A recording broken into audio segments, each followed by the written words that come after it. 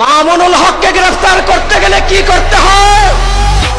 সারা দেশব্যাপী লকডাউন দিতে হয়। মামুনুল হককে আটক করতে গেলে কি করতে হয়? সকল মসজিদ মাদ্রাসা বন্ধ করে দিতে হয়। মসজিদে জুমার নামাজ পর্যন্ত বন্ধ করে দিতে হয়। রাস্তায় গাড়ি চলাচল বন্ধ করে দিতে হয়। দেশব্যাপী কঠোর লকডাউন দিতে হয়। হাজার হাজার পুলিশ নিয়োজিত করতে হয়। হাজার হাজার গাড়ি নিয়ে মামুনুল হককে আদালতে তুলতে হয়। যেই মামুনুল হকের সম্মানহানি করতে চেয়েছিল, চেয়ে দেখো মামুনুল হক আজকে কোথায়? বহু রক্তের বিনিময়ে অর্জিত হয়েছে বর্তমান এই পরিস্থিতি।